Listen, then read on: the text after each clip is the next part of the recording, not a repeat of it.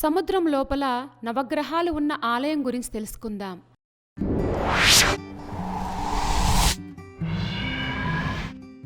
నవపాషాణం దేవాలయం. ఈ ఆలయం తమిళనాడులోని రామేశ్వరం నుంచి 70 కిలోమీటర్ల దూరంలో మరియు రామనాథపురం జిల్లాకు 15 కిలోమీటర్ల దూరంలో దేవీపట్నంలో ఉన్న పురాతన దేవాలయం. రామాయణంలో పేర్కొనబడిన 3 ముఖ్యమైన క్షేత్రాల్లో ఈ ఆలయం కూడా ఒకటి. ఈ ఆలయం నవగ్రహాలకు అంకితం చేయబడింది మరియు ఆలయ గ్రంథాల ప్రకారం శ్రీరామునిచే స్థాపించబడింది. శ్రీరాముడు రావణాసురుడితో యుద్ధం చేసే ముందు శివుడు, పార్వతి మరియు గణేశుణ్ణి పూజించాలని కోరుకున్నారట. రాముడు గణేశుణ్ణి అనుగ్రహాన్ని కోరుతూ పూజ చేయటం ప్రారంభించాడు. రాముడు పూజలు చేసిన ప్రదేశం ఉప్పూర్లోని వినాయగర్ దేవాలయం అని నమ్ముతారు. హిందూ ఆచారం ప్రకారం 2వ దశ నవగ్రహ పూజ, 9 గ్రహాల దేవతలను ఆరాధించటం. ఇది దేవీపట్నంలో జరిగింది.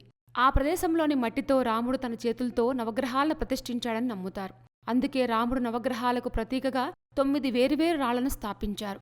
శ్రీరాముడు అలల ఉధృతిని తగ్గించి తన పూజను పూర్తి చేసి సముద్రంలో నవగ్రహాలను ప్రతిష్ఠించారు. నవగ్రహాలు లేదా 9 గ్రహాలను సూచించే 9 రాళ్లు సముద్రంలో కొన్ని మీటర్ల దూరంలో మనకు కనిపిస్తాయి. అయితే నీటి మట్టాలను బట్టి వాటిలో అన్నింటినీ లేదా కొన్నింటిని మనం చూడొచ్చు. శ్రీరాముడు ఈ దేవతలను నవపాసనం అనే మిశ్రమంతో రాళ్ల రూపంలో ప్రతిష్ఠించారని నమ్ముతారు. అందుకే ఈ దేవతలకు వ్యాధులను నయం చేసే శక్తి ఉందని నమ్ముతారు. అలాగే శ్రీరాముడు శని ప్రభావం నుంచి కూడా విముక్తి పొందాడని నమ్ముతారు. 9 గ్రహాలను ప్రసన్నం చేసుకోవడానికి భక్తులు ఇక్కడ నవధాన్యాలతో పూజలు చేస్తారు. ఈ ఆలయాన్ని నవభాషణం అని కూడా అంటారు. భాషణం అంటే రాళ్ళు అని కూడా అర్థం. నవగ్రహాల ఆలయాన్ని కలుపుతూ సిమెంట్ వంతెనను నిర్మించారు. దేవీపట్నంలో తిలకేశ్వర ఆలయాన్ని కూడా మనం దర్శించవచ్చు. ఈ ఆలయం శివుడు మరియు పార్వతీదేవికి అంకితం చేయబడింది. ఇక్కడ శివుణ్ణి తిలకేశ్వరని, అమ్మవారిని సౌందర్యనాయకి అని పిలుస్తారు. ఈ మందిరంలో 8 చేతులతో ఆయుధాలు పట్టుకున్న దుర్గాదేవి విగ్రహం కూడా ఉంది. ఈ ప్రదేశంలోనే దుర్గాదేవి మహిషాసురుణ్ణి చంపినట్లు కూడా చెప్తారు.